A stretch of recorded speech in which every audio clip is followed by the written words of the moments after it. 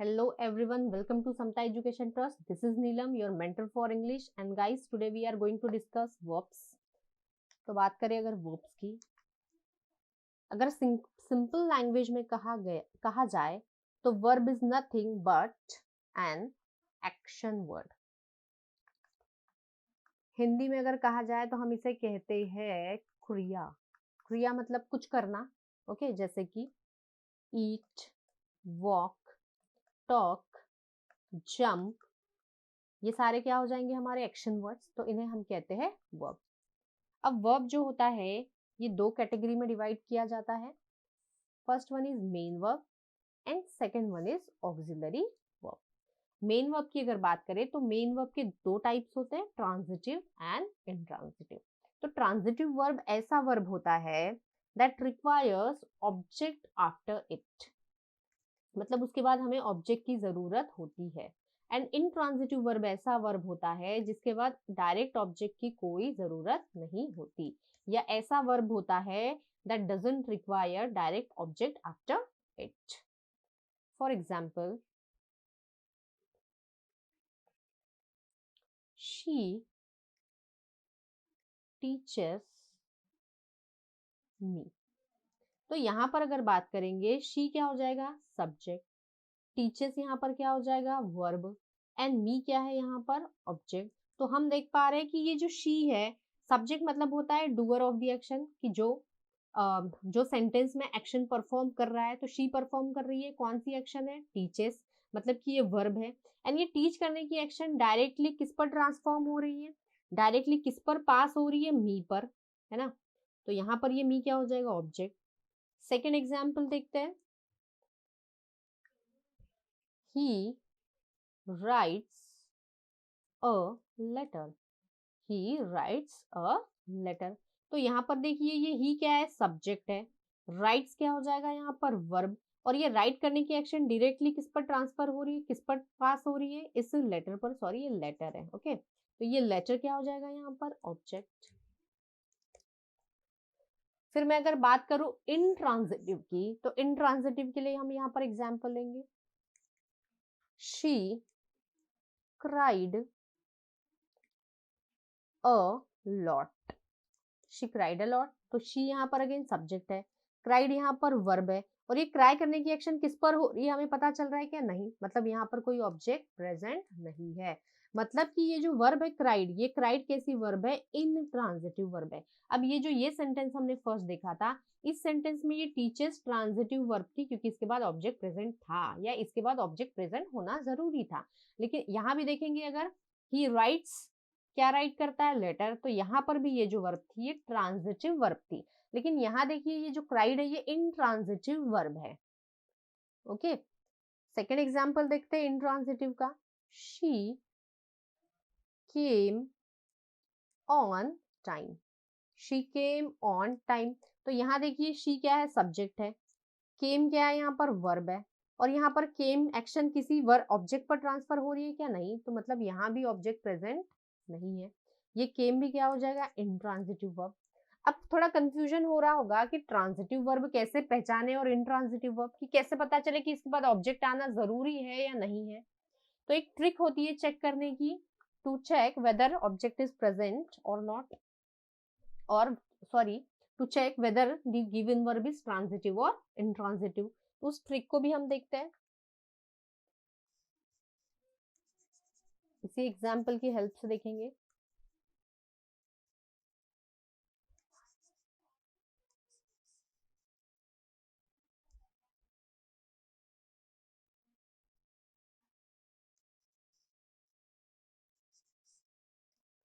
Okay, तो जब हमें पता करना होता है कि गिवन जो वर्ब है ये ट्रांजिटिव है या इनट्रांजिटिव, तो इसका एक तरीका होता है, अगर इस वर्ब के बाद आप क्वेश्चन पूछ पा रहे हो, किसी भी वर्ब के साथ बाद आप क्वेश्चन पूछ पा रहे हो व्हाट से या whom से, तो ये वर्ब जो होती है ये वर्ब होती है ट्रांजिटिव वर्ब. तो ये वर्ब होगी ट्रांजिटिव वर्ब. एंड आपने जब क्वेश्चन पूछा व्हाट या whom से और आपको उसका आंसर मिल गया, तो वो जो आंसर मिलता है वो होता है हमारा object. Okay, again I repeat, किसी वर्ब के बाद अगर आप क्वेश्चन पूछ पा रहे हो या तो व्हाट से या तो whom से, तो वो वर्ब ट्रांजिटिव होगी। एंड अगर उस क्वेश्चन का आंसर भी आपको वहां मिल जाता है तो वो जो आंसर में मिलता है वो ऑब्जेक्ट होता है। ओके, एंड अगर आप क्वेश्चन नहीं पूछ पा रहे हो व्हाट या whom से, तो मतलब कि वो वर्ब क्या होगी? अगर आप नहीं पूछ पा रहे हो क्वेश्चन तो मतलब वो वर्ब क्या होगी? Intransitive verb. तो let's check. She teaches me, यहाँ पर वर्ब क्या है? टीचेस। तो मुझे चेक करना है कि ये जो वर्ब टीचेस है ये ट्रांजिटिव है या नहीं। तो मैं क्या करूंगी, इसके बाद क्वेश्चन पूछूंगी। तो हमने कहा क्वेश्चन सिर्फ या तो व्हाट से पूछ सकते हो या तो whom से क्वेश्चन पूछ सकते हो आप। ओके, शी टीचेस तो क्या पूछेंगे? अगर मैंने आपसे कहा शी टीचेस वो पढ़ाती है, तो आप क्या पूछोगे? क्या पढ़ाती है? या तो आप हाँ whom पूछ सकते हो, है ना? या तो आप पूछ सकते हो यहाँ पर व्हाट क्या पढ़ाती है, या मैंने कहा वो पढ़ाती है तो आप ये भी पूछ सकते हो whom मतलब किसे पढ़ाती है।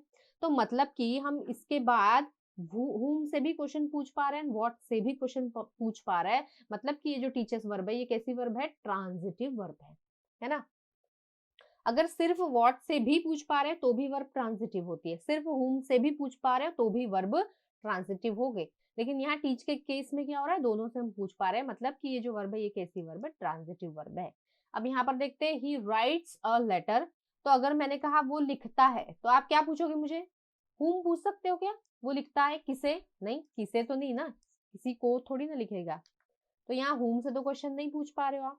क्या पूछोगे? वो लिखता है, तो आप क्या पूछोगे मुझे? व्हाट क्या लिखता है ना? और जवाब मिल गया क्या लिखता है। हमने क्वेश्चन पूछा वो लिखता है, हमने पूछा क्या, आंसर में मिल रहा है हमें लेटर, तो लेटर यहाँ ऑब्जेक्ट है ना? ऊपर वाले भी सेंटेंस में शी टीचर्स, हमने पूछा व्हाट या whom, तो whom से क्वेश्चन पूछा तो आंसर मिल गया हमें मी, तो यहाँ पर मी भी क्या हो जाएगा? ऑब्जेक्ट। लेकिन अब यहाँ पर देखते हैं इंट्रांजिटिव वर्ब में, शी क्राइड, है ना? वो रोई, बहुत ज्यादा रोई, तो क्या पूछोगे आप? क्यों रोई? वाई पूछोगे, या कहां पर रोई ये पूछोगे। तो ये तो हम पूछ ही नहीं सकते ना कभी क्वेश्चन। मैंने कहा क्या कहा? सिर्फ या तो व्हाट से या तो whom से होना चाहिए। तो इससे हम तो पूछ पा ही नहीं रहे, और वाई और वेयर से पूछेंगे तो फिर पता भी नहीं चलेगा कि ट्रांजिटिव है या इंट्रांजिटिव। तो यहाँ ना तो आप व्हाट से क्वेश्चन लगा पा रहे हो, ना तो आप यहाँ पर whom से क्वेश्चन लगा पा रहे हो। मतलब कि ये जो वर्ब है ये कैसी वर्ब है? इंट्रांजिटिव वर्ब है। I hope it is clear. Again let's check this sentence, she came on time. Again यहाँ पर क्या पूछेंगे? शी केम तो क्या पूछोगे? वेयर, कहाँ आई? या शी केम पूछोगे वाई। क्या पूछ सकते हो? व्हाट, वो आई, तो क्या पूछोगे? व्हाट नहीं पूछ सकते, whom नहीं पूछ सकते। मतलब कि ये वर्ब भी कैसी वर्ब है? इंट्रांजिटिव वर्ब है। तो I hope both types are clear. Then next बात करते हैं ऑक्सिलरी वर्ब की। तो मैंने आपसे कहा वर्ब दो टाइप में डिवाइड है, main verb and auxiliary verb. अब ये जो मेन वर्ब था ना, ये मेन वर्ब मतलब ही होता है हमारा एक्शन वर्ड। ओके, सेंटेंस में जो एक्शन वर्ड होता है, जो क्रिया को डिनोट करता है, वो होता है मेन वर्ब।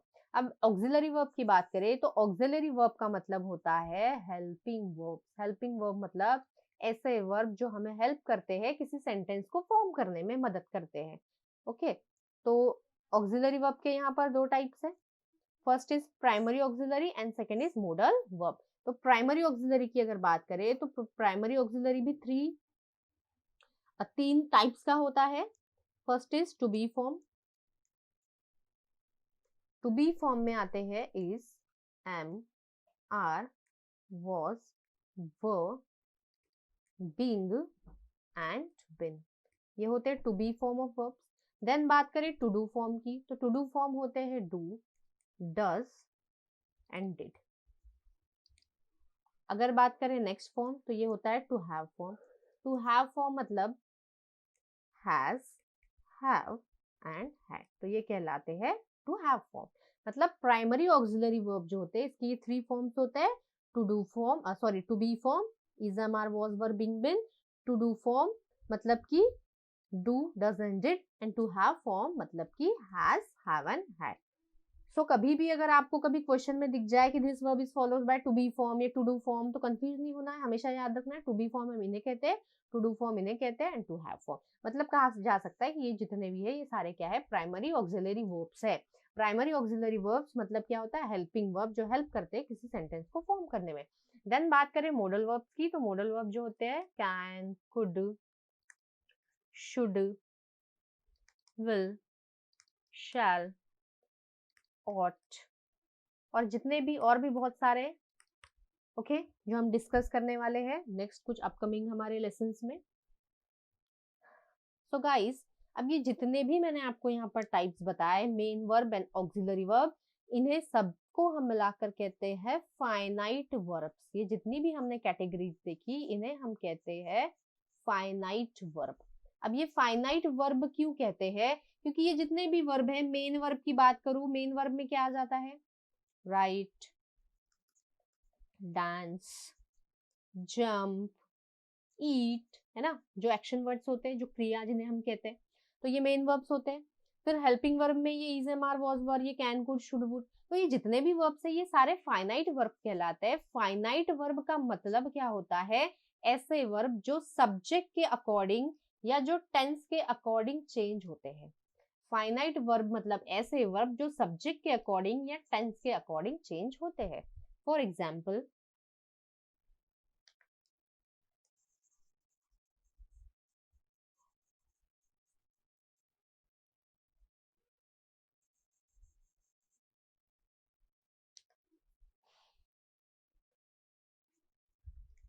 कहा ही eats, she walks। अब यही एग्जाम्पल मुझे लेना है सेम सब्जेक्ट चेंज करके, अगर मुझे लेना है दे, तो यहाँ पर ये जो ईट्स था ये यहाँ पर क्या हो जाएगा? ईट। शी है, अगर मुझे लिखना है वी, तो वी के साथ ये क्या आएगा? वॉक्स नहीं, सिर्फ क्या आएगा? वॉक। क्यों? क्योंकि ये जो सब्जेक्ट है ये सिंगुलर है। सिंगुलर मतलब एक होता है ही, एक कोई एक इंसान है, एक पर्सन है, शी भी एक कोई गर्ल है या विमेन है। तो यहाँ पर जब सिंगुलर है तब हमने ये वर्ब के सिंगुलर फॉर्म यूज किया, और जब वर्ब प्लूरल होगी थी हमने ईट्स से इसे सिर्फ ईट कर दिया, वॉक से हमने इसे वॉक कर दिया। तो आप समझ पा रहे हो कि ये जो वर्ब होते हैं ये मेन वर्ब ये सब्जेक्ट के अकॉर्डिंग चेंज हो जाते हैं। देन बात करें हेल्पिंग वर्ब की, जैसे मैंने कहा ही इज टॉकिंग, ही था तो इज टॉकिंग, लेकिन अगर मैंने कहा दे तो दे के साथ क्या आ जाएगा? They are talking. तो यहां भी आपने देखा कि ये जो हेल्पिंग वर्ब इज था, आर था, ये सब्जेक्ट के अकॉर्डिंग चेंज हो रहा है।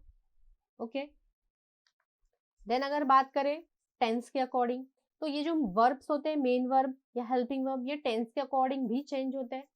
अब देखते हैं कैसे। अगर प्रेजेंट की बात कर रही थी मैं तो तब मैंने कहा ही ईट्स, है ना, लेकिन अगर इसको ही मैं पास्ट में बना दूं तो अगेन ये जो वर्ब ईट है ये चेंज हो जाएगा और पास्ट में क्या हो जाएगा? ही एट। तो देखा आपने, ईट्स एट में चेंज हो गया, है ना। अगर यहाँ पर प्रेजेंट में मैंने कहा था ही इज टॉकिंग, लेकिन अब मैं इसको पास्ट कर दूं तो क्या आ जाएगा यहाँ पर? He was talking. ओके, तो आप देख पा रहे हो कि ये सब्जेक्ट के अकॉर्डिंग ईट्स था। ओके, तो यहाँ पर जब हमने दे यूज किया था तो दे ईट हो गया था। यहाँ पर भी ही इज टॉकिंग था, सब्जेक्ट दे बना दिया तो इसका आर हो गया। फिर जब हमने टेंस भी चेंज किया तब भी ये चेंज हो जाता है। तो ये जितने भी टाइप्स है main verb and auxiliary verbs ये हमेशा सब्जेक्ट और टेंस के हिसाब से चेंज हो जाते हैं, इसीलिए हम इन्हें कहते हैं फाइनाइट वर्ब्स। ओके, क्योंकि नेक्स्ट हम जो कैटेगरी पढ़ने वाले हैं हम हमारे अपकमिंग सेशंस में हम उसमें पढ़ेंगे नॉन फाइनाइट वर्ब। अब ये नॉन फाइनाइट जो वर्ब्स होते हैं ये वर्ब जो होते हैं ये इन पर ना तो सब्जेक्ट का कोई असर पड़ता है ना तो टेंस का कोई असर होता है, तो ये हम हमारे अपकमिंग सेशंस में देखेंगे। अभी सिर्फ आपको ध्यान देना है फाइनाइट वर्ब पर जो अभी हमने देखे। सो गाइज, हमने अभी देखा कि ये जो वर्ब्स है ये सब्जेक्ट और टेंस के अकॉर्डिंग चेंज होते हैं। तो अब हम इनसे कुछ रिलेटेड रूल्स देखेंगे कि सब्जेक्ट के अकॉर्डिंग हमारा वर्ब कैसे चेंज होगा। तो कुछ रूल्स है, इन रूल्स को हम कहते हैं सब्जेक्ट वर्ब एग्रीमेंट। तो ये सब्जेक्ट वर्ब एग्रीमेंट के कुछ रूल्स है ना। इसमें हम देखेंगे कि वर्ब सब्जेक्ट के अकॉर्डिंग कैसे चेंज होता है। तो फर्स्ट रूल कहता है singular subject is followed by singular verb and plural subject is followed by plural verb. इसका मतलब क्या हुआ कि सब्जेक्ट सिंगुलर है तो वर्ब भी सिंगुलर, सब्जेक्ट प्लूरल है तो वर्ब भी प्लूरल। तो यहाँ पर देखेंगे द बॉयज, और बॉयज जो है ये एक प्लूरल नाउन है। तो यहाँ पर जो वर्ब आएगी यहाँ पर जो वर्ब आएगी ये कैसे आएगी, प्लूरल, तो यहाँ पर क्या आ जाएगा, the boys are playing the boys are playing in the field. Next देखते हैं, ये बहुत बेसिक सा रूल था, ये आपको पता भी होगा। नेक्स्ट रूल देखते हैं, यहाँ पर देखिए ध्यान देना अच्छे से, if two singular subjects are connected with यहाँ पर जो एपोस्ट्रोफी ये यहाँ नहीं लगेगा, ये एंड में आएगा। ओके, तो ये रूल कहता है कि दो सिंगुलर सब्जेक्ट्स अगर कनेक्ट होते हैं किससे, एंड से, and they point on the same thing और ऑब्जेक्ट, वो सेम चीज या ऑब्जेक्ट को पॉइंट कर रहा है, और the first subject is connected with an article, अगर फर्स्ट सब्जेक्ट के आगे आर्टिकल है, the verb use will be singular. अब एक्सप्लेन करती हूँ मैं आपको क्लियरली कि क्या बोल रहा है ये रूल। देखिए यहाँ पर अगर बात करेंगे, इस सेंटेंस में बात किसकी की जा रही है, बात जिसके बारे में बात करते हैं वो सब्जेक्ट होता है, या जो एक्शन परफॉर्म कर रहा है वो सब्जेक्ट होता है। तो यहाँ पर बात करेंगे सेंटेंस में किसके बारे में बात की जा रही है, प्रिंसिपल और टीचर। तो यहाँ पर प्रिंसिपल एक सब्जेक्ट है एंड टीचर एक सब्जेक्ट है।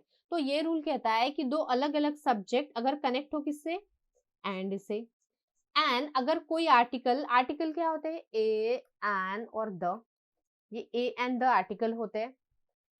तो अगर आर्टिकल सिर्फ फर्स्ट वाले सब्जेक्ट के आगे, जैसे यहाँ पर आप देख पा रहे हो कि ये जो आर्टिकल है सिर्फ प्रिंसिपल के आगे, टीचर के आगे कोई आर्टिकल नजर आ रहा है कि आपको, नहीं नजर आ रहा है, सिर्फ और सिर्फ प्रिंसिपल के आगे है। तो इसका मतलब ये है कि ये जो टीचर और जो प्रिंसिपल है ये कोई अलग अलग पर्सन ना होते हुए एक ही पर्सन है, ये कोई अलग अलग पर्सन नहीं है, एक ही पर्सन है। हमने पहचाना कैसे, फिर से देखिए, ये एक सब्जेक्ट है, ये दूसरा सब्जेक्ट है, दोनों कनेक्ट किससे है, एंड से, एंड जो आर्टिकल है सिर्फ और सिर्फ फर्स्ट वाले सब्जेक्ट के आगे, इसका मतलब ये दोनों सब्जेक्ट अलग अलग नहीं, ये दोनों सब्जेक्ट क्या है, एक ही है, मतलब ये एक ही इंसान है।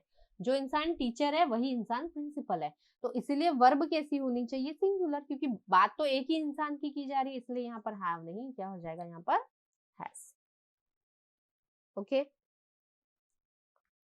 देन नेक्स्ट, अगर मैं और एक एग्जाम्पल से एक्सप्लेन करूँ आपको,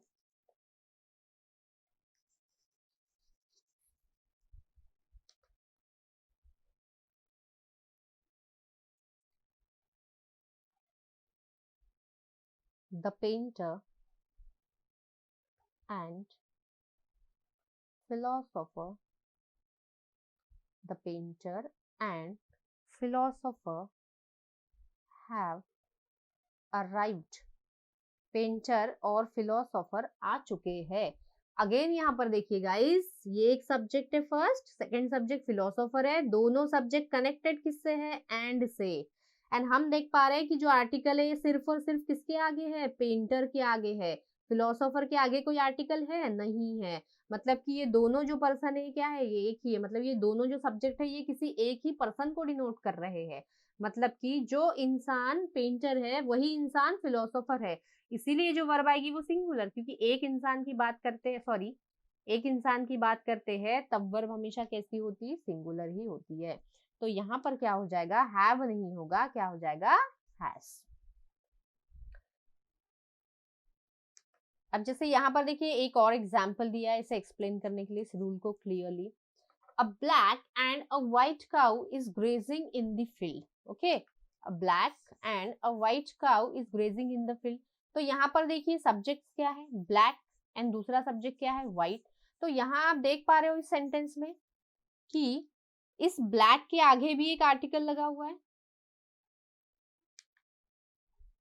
इस ब्लैक के आगे भी आर्टिकल ए है ना, सब्जेक्ट 1 के आगे भी आर्टिकल है, एंड सब्जेक्ट 2 के आगे भी क्या है, आर्टिकल है। तो इसका मतलब क्या है,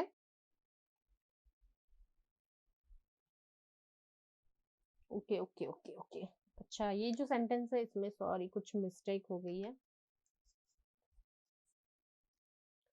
दिस सेंटेंस शुड बी, इस तरीके से होगा, अ ब्लैक एंड, ये नहीं है, ओके ये ऐसा सेंटेंस है, okay, a black and white cow is grazing in the field.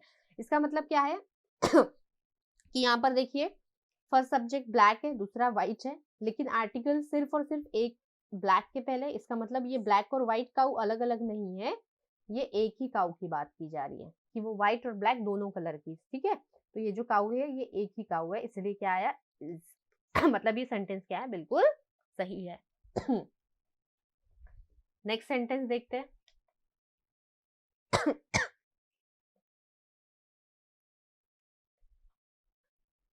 If two subjects are connected with and both the subjects are preceded with article the verb use will be plural। जो अभी हमने जो इसके पहले rule देखा, ठीक है, उसी के जैसा रूल है, लेकिन यहाँ पर देखिए क्या चेंज होगा।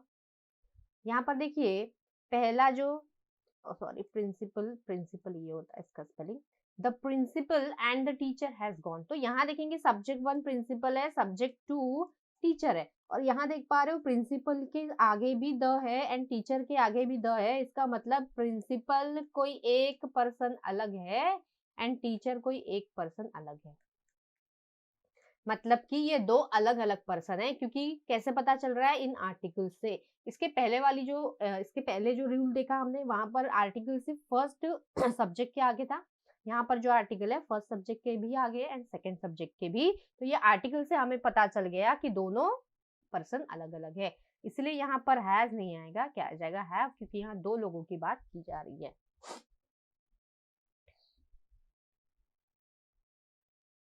नेक्स्ट सेंटेंस देखते हैं, सॉरी नेक्स्ट रूल देखते हैं।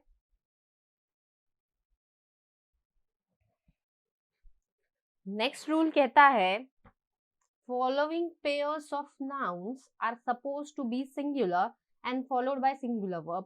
ओके, ये जितनी भी पेयर्स है नाउन की, ये सभी सिंगुलर होती है एंड इनके बाद हमेशा वर्ब भी सिंगुलर, जैसे bread and butter, bread and milk, slow and study, rice and करी। फॉर एग्जाम्पल राइस एंड करी आर टेस्टी डिश। तो यहाँ पर ये गलत हो जाएगा, आर नहीं आएगा, is, because this rice and curry is suppose to follow singular verb. अब आपको लग रहा होगा कि राइस तो अलग चीज होती है, करी तो एक चीज होती है। यहाँ पर बात राइस की या करी की नहीं है, ये राइस और करी हम एक डिश की बात कर रहे हैं यहाँ पर, कि ये जो डिश है ना ये बहुत टेस्टी होती है। ओके, तो यहाँ पर राइस एंड करी एक ही आइडिया को डिनोट कर रहा है, इसलिए हम इज यूज करेंगे। सपोज मैंने कहा bread and butter is my favorite breakfast। तो यहाँ पर ब्रेड एंड बटर दो अलग अलग चीज नहीं है, ये एक ही चीज है। ये क्या डिनोट कर रहा है, हमारा ब्रेकफास्ट। हम ब्रेड और बटर की बात नहीं कर रहे हैं, हम बात कर रहे हैं ब्रेकफास्ट की। तो ये ब्रेड एंड बटर एक ही आइडिया डिनोट कर रहा है, दैट इज ब्रेकफास्ट, इसलिए यहाँ पर क्या आ जाएगा, वर्ब विल बी सिंगुलर। जैसे हम कहते हैं slow and steady wins the race, तो यहाँ पर भी स्लो एंड स्टडी एक ही आइडिया डिनोट कर रहा है, इसलिए यहाँ पर वर्ब कैसा आया, singular. I hope it is clear. Next rule देखते हैं।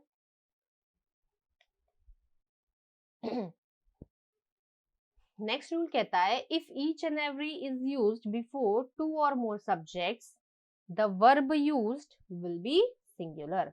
कि जब भी किसी सब्जेक्ट, किसी एक सब्जेक्ट या किसी दो या किसी तीन सब्जेक्ट के पहले भी अगर ईच एंड एवरी आता है, तब हमेशा वहां पर सिंगुलर फॉर्म ऑफ वर्ब आएगी या वर्ब की सिंगुलर फॉर्म आएगी। जैसे यहाँ पर देखिए for example each boy and each girl, ये नाउन है एंड इसके पहले ईच आया है, अगेन ये नाउन है, इसके पहले ईच आया है, मतलब ये जो वर्ब होगी ये कैसी होगी, singular. Okay, example, second example की अगर बात करूं, each of the students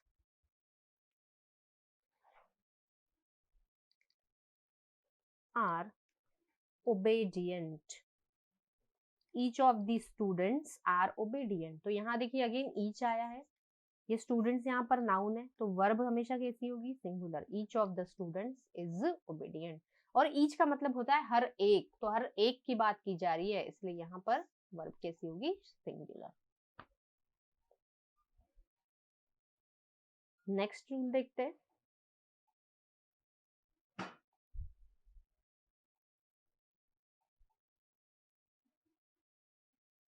next rule कहता है if the word each, either or neither are placed in place of the subject the verb use will be singular. मतलब कि किसी sentence की शुरुआत ही अगर ईच, आइदर, नाइदर से होती है तो वर्ब यहाँ भी कैसा होना चाहिए, सिंगुलर। जैसे ईच हैव कम नहीं, क्या हो जाएगा, each has come. Second example देते हैं यहाँ पर, neither of the two boys, neither of the two boys have done it, neither of the two boys have done it. तो यहाँ पर क्या हो जाएगा, नाइदर से शुरुआत हुई है, नाइदर यहाँ पर सब्जेक्ट की तरह काम कर रहा है, ओके, सब्जेक्ट की प्लेस पर यूज किया गया है, इसलिए जो वर्ब होनी चाहिए वो कैसी होनी चाहिए, सिंगुलर। तो यहाँ पर क्या हो जाएगा, हैज, ओके। और एक एग्जाम्पल देखते हैं, either of us has done this. तो यहाँ पर भी देखिए आइदर आया है, तो आइदर के बाद हमेशा वर्ब कैसी होनी चाहिए, सिंगुलर होनी चाहिए। ये सेंटेंस क्या होगा, बिल्कुल सही। I hope this rule is clear to everyone. So moving towards next slide.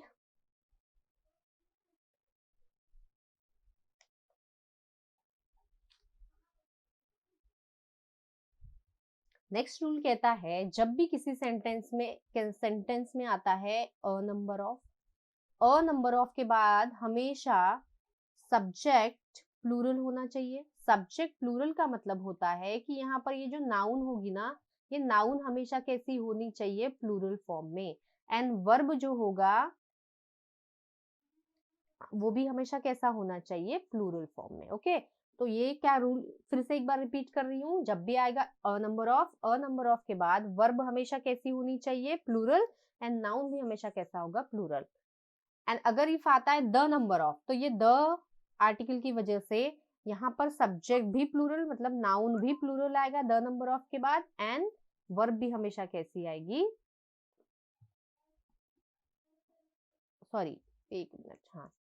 अब यहाँ पर ये जो अ नंबर ऑफ है, द नंबर ऑफ, दोनों के केस में नाउन जो होगी सब्जेक्ट प्लूरल ही होता है, यहाँ पर भी प्लूरल, यहाँ पर भी प्लूरल। लेकिन अ नंबर ऑफ के बाद वर्ब प्लूरल थी और द नंबर ऑफ के बाद वर्ब कैसी होगी, यहाँ पे सिंगुलर होगी, ओके।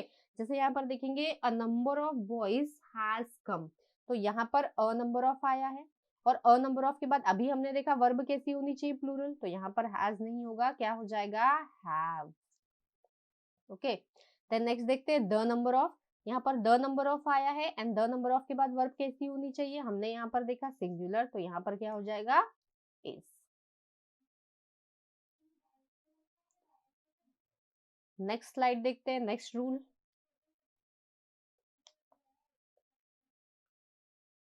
यहाँ पर ये रूल कहता है कि फ्रेज मोर देन वन, ये जो मोर देन वन होता है, या इसके साथ में और ऐड करूं मैनी अ या मैनी एन, मैनी अ या मैनी एन या मोर देन वन, इनके बाद हमेशा क्या होना चाहिए, singular subject and singular verb. मतलब इनके बाद जो सब्जेक्ट आएगा वो सब्जेक्ट भी सिंगुलर होगा, एंड इनके बाद जो वर्ब आएगी वो वर्ब भी हमेशा कैसी होगी, सिंगुलर ही होगी, ओके।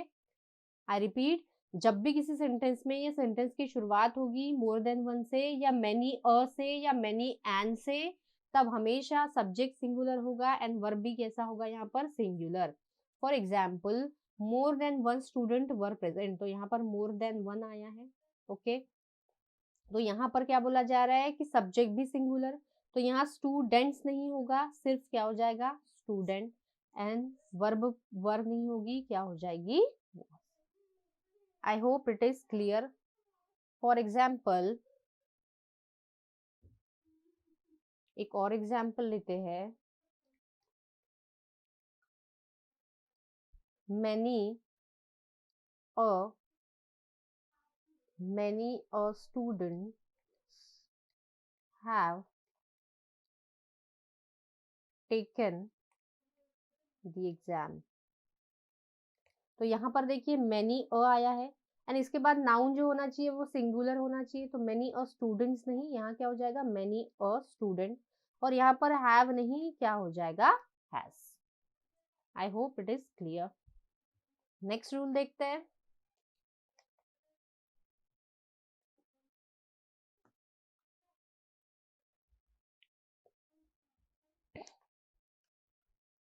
ये रूल कहता है कि जब भी कोई दो सब्जेक्ट है ना, in the following words verb you will be use according to first subject. ये रूल कहता है कि जब भी दो सब्जेक्ट कनेक्ट होंगे इन वर्ड से या इन फ्रेजेस से, तब जो वर्ब होगी ना, ये वर्ब हमेशा फर्स्ट सब्जेक्ट के अकॉर्डिंग यूज होगी, है ना। हमेशा ये वर्ब जो होगी ये कैसे यूज होगी, फर्स्ट सब्जेक्ट के अकॉर्डिंग। जैसे देखिए फर्स्ट एग्जाम्पल है she as well as her parents have come. अब यहाँ पर फर्स्ट सब्जेक्ट क्या है, शी है, सेकेंड सब्जेक्ट क्या है, हर पेरेंट्स है, और दोनों सब्जेक्ट कनेक्टेड किससे है, एज वेल एज से है। तो ये रूल कहता है कि दो सब्जेक्ट अगर कनेक्ट होंगे इन सारे वर्ड्स या किसी भी इनमें से किसी भी फ्रेज से, तब वर्ब हमेशा कैसी होनी चाहिए, फर्स्ट सब्जेक्ट के अकॉर्डिंग। अब यहाँ पर जो फर्स्ट सब्जेक्ट है वो क्या है, शी है ना। तो शी सिंगुलर है कि प्लूरल है, तो शी यहाँ पर सिंगुलर है। तो ये जो वर्ब होगी ये वर्ब भी फर्स्ट सब्जेक्ट के अकॉर्डिंग आएगी, हमें सेकंड सब्जेक्ट से कोई लेना देना नहीं रहता, हमें सीधा इस फर्स्ट सब्जेक्ट को देखना है, क्योंकि ये शी और जो हर पेरेंट से कनेक्टेड किससे, एज वेल एज से। तो शी के अकॉर्डिंग क्या हो जाएगा यहाँ पर, हैव नहीं हैज, क्योंकि शी क्या है, सिंगुलर। अब जैसे यहाँ पर देखिए the teacher with all his students were present, तो द टीचर यहाँ पर क्या है, फर्स्ट सब्जेक्ट है ना। सेकेंड सब्जेक्ट क्या है यहाँ पर, स्टूडेंट्स। अब ये कनेक्टेड किससे है, विद से, तो हमने बोला है कि अगर ये कनेक्टेड हो विद से, टुगेदर विद, किसी से भी, तब वर्ब हमेशा कैसी आनी चाहिए, फर्स्ट सब्जेक्ट। तो अगेन फर्स्ट सब्जेक्ट के अकॉर्डिंग क्या हो जाएगा यहाँ पर, वर नहीं वॉज।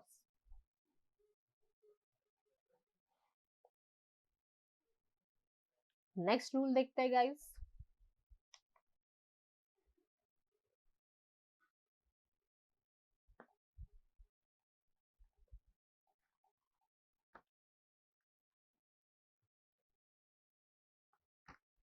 नेक्स्ट रूल कहता है interrogative form of a sentence is used when a sentence starts with following adverbs। अब ये जो जितने भी यहाँ पर आपको दिखाई दे रहे हैं ये सारे क्या है, ये सारे हैं adverbs. Okay, hardly, scarcely, rarely, seldom. अब ये हार्डली, स्केर्सली, रेयरली, सेल्डम, ये सारे जो होते हैं ना, ये यहाँ ये जो 4 है, 1 2 3 4, ये सारे सिनोनिम्स है एक दूसरे के, मतलब सभी का मीनिंग ऑलमोस्ट सेम ही होता है, और इनका मीनिंग होता है बहुत कम या ना के बराबर। ठीक है, रेयरली मतलब जैसे मैंने कहा I rarely go to the market, मतलब मैं बहुत कम, बिल्कुल ना के बराबर। फिर नेवर, यहाँ पर कॉमा है, नेवर बिफोर आउटसाइड। तो कभी भी अगर किसी सेंटेंस की शुरुआत इन किसी एडवर्ब से होगी, तो ये रूल कहता है कि इंटरोगेटिव फॉर्म ऑफ सेंटेंस। अब देखते हैं कि ये इंटरोगेटिव फॉर्म ऑफ सेंटेंस क्या होता है। अगर मैं कहूँ इंटरोगेशन मार्क, तो इंटरोगेशन मार्क क्या होता है ये, और ये इंटरोगेशन मार्क कब लगाते हैं सेंटेंस में, हम लगाते हैं क्वेश्चन पूछने के लिए। तो इंटरोगेटिव जो फॉर्म होता है ना सेंटेंस का, जनरली हम कब यूज करते हैं, जब हमें क्वेश्चन पूछना पड़ता है। जैसे मैंने कहा वेयर डू यू लिव, मैंने आपसे पूछा वेयर डू यू लिव, आप कहाँ रहते हो। तो यहाँ देखिए अब अगर इसे चेक करें तो ये जो डू है, अभी हमने देखा था डू, डज, डिड, हैव, ये सारे क्या होते हैं, हेल्पिंग वर्ब होते हैं। You, I, we, you, he, she, ये सब्जेक्ट होते हैं, ये प्रोनाउन में देखा था, ये सब्जेक्ट है। एंड लिव मतलब रहना, ये वर्ब हो जाएगा, और ये कैसा वर्ब है, मेन वर्ब है। ओके, तो क्वेश्चन पूछने वाले सेंटेंस, मतलब कि जो इंटरोगेटिव सेंटेंस होते हैं, उन सेंटेंस में हमेशा हेल्पिंग वर्ब पहले आता है, फिर सब्जेक्ट आता है, फिर वर्ब आता है। जैसे नॉर्मली जो सेंटेंस होते हैं, नॉर्मली सेंटेंस में पहले सब्जेक्ट आता है, देन हेल्पिंग वर्ब आता है, लेकिन इंट्रोगेटिव में पहले helping verb and then subject आता है। तो ये रूल कहता है कि जब भी किसी सेंटेंस की शुरुआत इन सारे एडवर्ब से होगी, वहां पर इंट्रोगेटिव फॉर्म, मतलब कि इस तरीके का फॉर्म, पहले helping verb, then subject, then verb आना चाहिए, इस तरीके से। जैसे यहाँ पर देखिए सेल्डम से शुरुआत हुई है, यहाँ पर हार्डली से, तो इंट्रोगेटिव फॉर्म। अब यहाँ पर तो ये सब्जेक्ट पहले आ गया एंड विजिट तो मेन वर्ब आ गया, और यहाँ तो हेल्पिंग वर्ब है ही नहीं, ये सेंटेंस बिल्कुल गलत हो गया, क्योंकि हमें पता है इंट्रोगेटिव फॉर्म क्या होता है, helping verb plus subject plus main verb होना चाहिए। ओके, मेन वर्ब मतलब यही जो हमारे लिव और टॉक, वॉक, जंप, जो एक्शन वर्ड होते हैं उनकी बात की जा रही है, ऐसा होना चाहिए इंटरोगेटिव फॉर्म, सॉरी। तो यहाँ पर तो ये गलत है। तो यहाँ हमने देखा कि सब्जेक्ट पहले आ गया, मेन वर्ब बाद में, लेकिन इससे पहले तो एक हेल्पिंग वर्ब भी आना चाहिए। तो हम लोग यहाँ पर अब ये सेंटेंस को हमने देखा, ये सेंटेंस जो ये कौन सी टेंस में, ये सेंटेंस जो है ये प्रेजेंट टेंस में, और प्रेजेंट टेंस के जो वर्ब होते हैं हेल्पिंग, ये यही होता है डू, डज, डिड, इस तरीके से इनमें से ही कोई लगेगा यहाँ पर। तो यहाँ पर क्या आ जाएगा, प्रेजेंट के हिसाब से हिज टाउन, हिज मतलब ये सिंगुलर है, तो सिंगुलर के हिसाब से यहाँ पे क्या आ जाएगा, डज। तो क्या आ जाएगा, seldom does he visits his town. Okay, अब यहाँ पर देखिए hardly she goes to school, again ये जो सेंटेंस है प्रेजेंट है, तो यहाँ पर क्या आ जाएगा, again hardly does she goes to school. So I hope it is clear.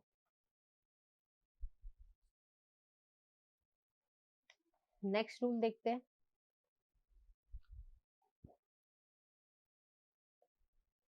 Next rule कहता है if two subjects are joined by the following then the verb will agree to the nearest subject.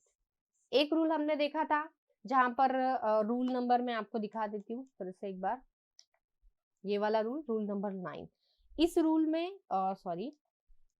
इस rule में क्या कहा गया था कि जब भी कोई सब्जेक्ट इन सारे वर्ड्स या इन किसी फ्रेज से कनेक्ट होंगे तब जो वर्ब होगी वो फर्स्ट सब्जेक्ट के अकॉर्डिंग होगी। अब इसी के बिल्कुल अपोजिट रूल है जो हम पढ़ने जा रहे हैं, जो कि 11 नंबर का है कि जब दो सब्जेक्ट कनेक्ट होंगे नाइदर नॉर से, आइदर और से, बट ऑल्सो से, नन बट या और या नॉर से, तो तब जो सब्जेक्ट होगा वो तब जो वर्ब होगा ये नियरेस्ट सब्जेक्ट के अकॉर्डिंग आएगा, या हम कह सकते हैं सेकंड सब्जेक्ट के अकॉर्डिंग आएगा।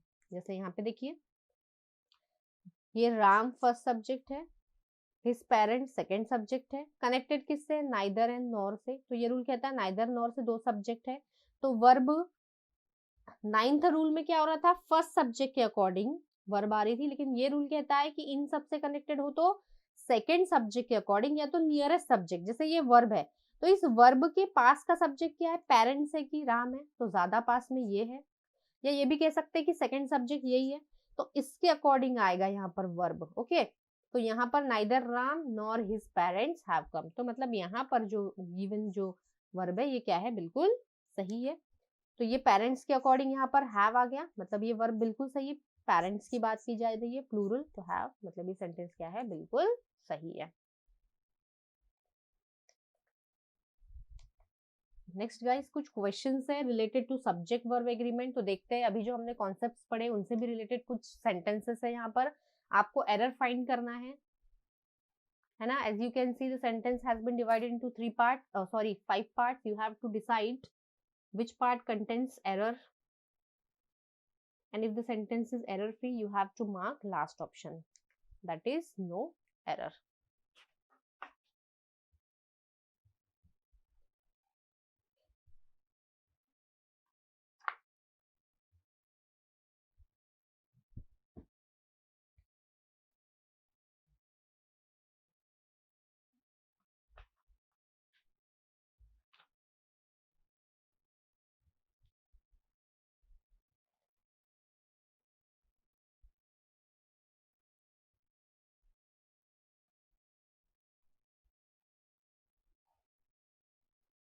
अब ये जो रूल मतलब ये जो सेंटेंस है इनमें जो एरर है ये सब्जेक्ट वर्ब एग्रीमेंट से रिलेटेड ही है, बाकी कोई है नहीं। तो आपको यहाँ पर सब्जेक्ट देखना है, वर्ब देखना है कि सब्जेक्ट के अकॉर्डिंग वर्ब सही है या नहीं, बस इतनी सी चीज चेक करनी है यहाँ पर।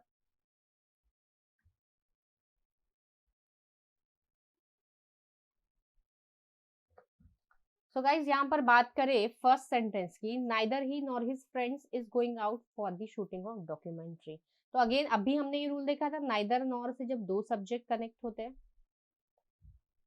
है ना, subject number 1 is he, subject number 2 is his friends, तो हमने कहा था नाइदर नॉर आइदर और से कनेक्ट हो तो सेकंड सब्जेक्ट या तो नियरेस्ट सब्जेक्ट के अकॉर्डिंग वर्ब। तो यहाँ पर ये जो वर्ब है ये किसके अकॉर्डिंग आनी चाहिए, इसके सेकंड सब्जेक्ट के अकॉर्डिंग। तो ये फ्रेंड्स है जो कि प्लूरल है, तो इसलिए वर्ब भी यहाँ पर क्या हो जाएगी, प्लूरल।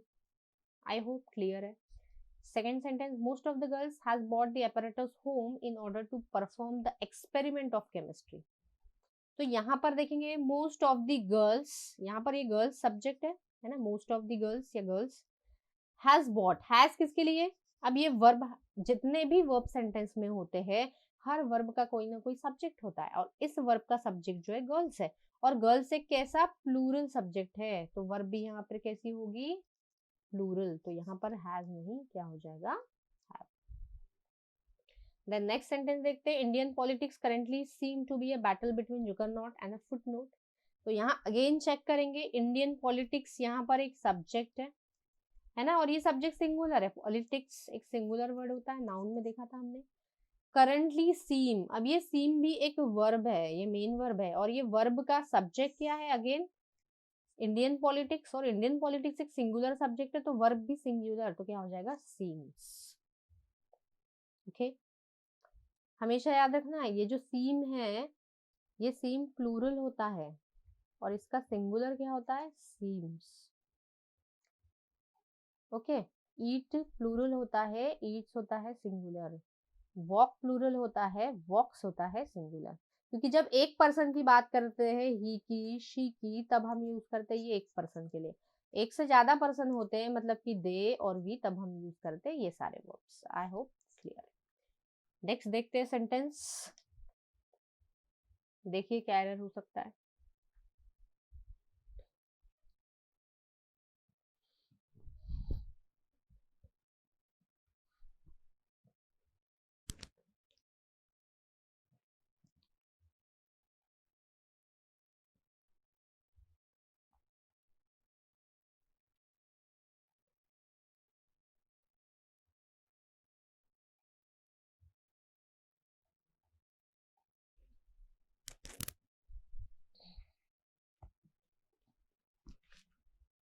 Let's check.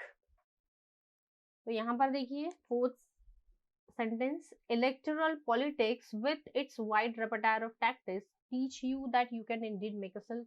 यहाँ पर जो एरर है गाइस, यहाँ पर बी पार्ट में एरर है, और बी पार्ट में एरर क्या है, ये टीच, ये एक वर्ब है, एंड इस टीच का सब्जेक्ट क्या है, अगेन इलेक्टोरल पॉलिटिक्स, और पॉलिटिक्स हमेशा मैंने कहा था नाउन में बताया था, जितने भी आईसीएस एंडिंग वर्ड्स होते हैं, पॉलिटिक्स, इकोनॉमिक्स, फिजिक्स, ये सारे सिंगुलर होते हैं, दिखते प्लूरल लेकिन होते सिंगुलर है, तो इसके अकॉर्डिंग ये क्या हो जाएगा, सिंगुलर, मतलब क्या बन जाएगा, टीचर्स। देन नेक्स्ट सेंटेंस में देखते हैं, he is one of the soldiers who has gone to Kargil during the time of war. अब यहाँ पर देखेंगे, चेक करते हैं, he is one of the, मैंने आपको बताया था एडजेक्टिव में भी शायद, कि जब भी आएगा वन ऑफ द, तो वन ऑफ द के साथ नाउन हमेशा कैसी होनी चाहिए, नाउन प्लूरल होनी चाहिए। ओके, ये तो दूसरा पार्ट है, वर्ब एग्रीमेंट का नहीं है, लेकिन फिर भी मैं बता रही हूँ, वन ऑफ द के साथ हमेशा नाउन प्लूरल, और जो वर्ब होती है वो वर्ब भी हमेशा कैसी होनी चाहिए यहाँ पर। Okay okay okay okay okay okay okay okay okay okay okay, अच्छा अच्छा, वो कॉन्सेप्ट नहीं है, सॉरी यहाँ पर। हाँ देखिए, यहाँ पर चेक करते हैं, ये तो एरर फ्री है, यहाँ कोई एरर नहीं है। The soldiers who has gone, अब यहाँ पर ये जो हैज है, ये हैज किसके लिए, हु के लिए, और हु किसके लिए, सोल्जर्स के लिए, मतलब इनडायरेक्टली ये जो हैज है, ये हैज किसके लिए, इन सोल्जर्स के लिए यूज हुआ है, और एक सोल्जर जो है ये एक प्लूरल नाउन है, तो वर्ब भी कैसी होनी चाहिए, प्लूरल, तो क्या हो जाएगा यहाँ पर, हैव। ओके, देन नेक्स्ट बात करते हैं सिक्स्थ सेंटेंस की, क्योंकि गाइज वो जो रूल था ना वन ऑफ द वाला, जो मैं आपको बता रही थी, वो तो सीधा आता है, one of the plus noun, noun हमेशा प्लूरल, एंड जो वर्ब होगा ना, ये वर्ब हमेशा क्या होगा, सिंगुलर। लेकिन इस केस में क्या हुआ, ये एक रिलेटिव प्रोनाउन आ गया, रिलेटिव प्रोनाउन हु, हुम, हुज, तो ये रिलेटिव प्रोनाउन की वजह से ये जो वर्ब होगी ना, ये इस सब्जेक्ट के हिसाब से होगी, इसलिए ये हैव। और नॉर्मली अगर सिर्फ वन ऑफ द आता है, नाउन प्लूरल आता है, तब वर्ब सिंगुलर होती है, ठीक है, लेकिन ये रिलेटिव प्रोनाउन की वजह से ये वाला रूल यहाँ पर एप्लीकेबल नहीं हो रहा, तो यहाँ पर जो वर्ब आएगी ये नाउन की अकॉर्डिंग आएगी, इस नाउन के अकॉर्डिंग। आई होप क्लियर है। नेक्स्ट देखते हैं, the tagline for the television sets are attracting more, देखो द न्यू टैगलाइन सही है, ये part, for the television sets, ये पार्ट भी सही है, आर अट्रैक्टिंग, आर मतलब कौन, ये टैगलाइन की बात की जा रही है, और टैगलाइन मतलब ये तो सिंगुलर सब्जेक्ट है, तो यहाँ भी वर्ब कैसा होगा, सिंगुलर, आर नहीं, क्या हो जाएगा यहाँ पर, इज। देन नेक्स्ट सेंटेंस देखते हैं, a lot of singers encourages the crowd to dance and to enjoy the moment up to the fullest. A lot of singers, सही है. encourages again is a verb, and ये verb का जो subject है ये singers ही है. तो singers ही जो subject है ये plural है. तो encourages तो singular हो गया ना, तो यहाँ पर इसे plural बनाना पड़ेगा. तो क्या हो जाएगा ये encourage, मतलब error is in part B. Okay क्योंकि सिंगल प्लूरल सब्जेक्ट है इसलिए वर्ब भी कैसी प्लूरल, तो हम इस एस को हटा देंगे तो ये प्लूरल बन जाएगा. तो क्या हो जाएगा sentence, a lot of singers encourage the crowd. The next, the doctor with his 2 daughters were unable to find the reason. यहाँ पर देखिए फर्स्ट जो सब्जेक्ट है ये डॉक्टर है, सेकेंड जो सब्जेक्ट है ये 2 daughters है. कनेक्टेड किससे है, विथ से. तो हमने एक रूल देखा कि था कि जब भी कोई सब्जेक्ट विथ से, together with, along with, rule number 9. अगर विथ से, अलोंग विथ से कनेक्ट हो या एज वेल एज से कनेक्ट हो तो वर्ब हमेशा फर्स्ट सब्जेक्ट के अकॉर्डिंग. तो यहाँ ये जो फर्स्ट सब्जेक्ट है ये डॉक्टर है और डॉक्टर कैसा सब्जेक्ट है, सिंगुलर. तो इस सब्जेक्ट के अकॉर्डिंग हमारी ये वर्ब आएगी. तो ये वर्ब हमेशा कैसी होगी, सिंगुलर, क्योंकि यहाँ पर ये जो सब्जेक्ट है ये सिंगुलर है इसलिए वर्ब भी सिंगुलर. नेक्स्ट देखते हैं, the number of refugees residing in America are increasing day by day. अब अभी हमने देखा था द नंबर ऑफ जब भी आ जाए है ना, अ नंबर ऑफ देखा था. तो अ नंबर ऑफ के साथ वर्ब सिंगुलर, लेकिन द नंबर ऑफ के साथ जो वर्ब होगी वो प्लूरल. एंड दोनों का हमने देखा था कि जब भी आएगा तो नाउन प्लूरल. तो हमें नाउन ये रेफ्यूजीज प्लूरल ही दिख रहा है, लेकिन द नंबर ऑफ के साथ जो वर्ब होनी चाहिए वो वर्ब कैसी होनी चाहिए, सिंगुलर. तो क्या हो जाएगा यहाँ पर, इज. देन नेक्स्ट बात करते हैं, the candidate who have not given their payment till now is bound to be disqualified. तो यहाँ पर सब्जेक्ट क्या है, the candidates. Okay, who have सही है ये वर्ब कैंडिडेट्स के लिए. Have not given their payment till now is bound. अब ये इस किसके लिए, कैंडिडेट्स की ही बात की जा रही है. ये हैव भी इस कैंडिडेट्स के लिए ही था एंड ये जो इज है ये इज भी इस कैंडिडेट्स के लिए ही है. तो ये गलत हो जाएगा, आर है ना, कि जिन कैंडिडेट्स ने अभी तक पेमेंट नहीं दिया है उन्हीं कैंडिडेट्स की बात की जा रही है कि उन्हीं को डिस्क्वालिफाइड. तो यहाँ पर इज नहीं, क्या होगा, आर, बिकॉज ये जो इज है ये इस वर्ब के सॉरी इस सब्जेक्ट का ही है, इस सब्जेक्ट के लिए ही यूज किया गया है. एंड नेक्स्ट देख लेते हैं, the secretary and principal of the college are attending the district development council meeting at the collectorate. तो यहाँ पर एरर क्या हो जाएगा, देखिए क्या हो सकता है एरर.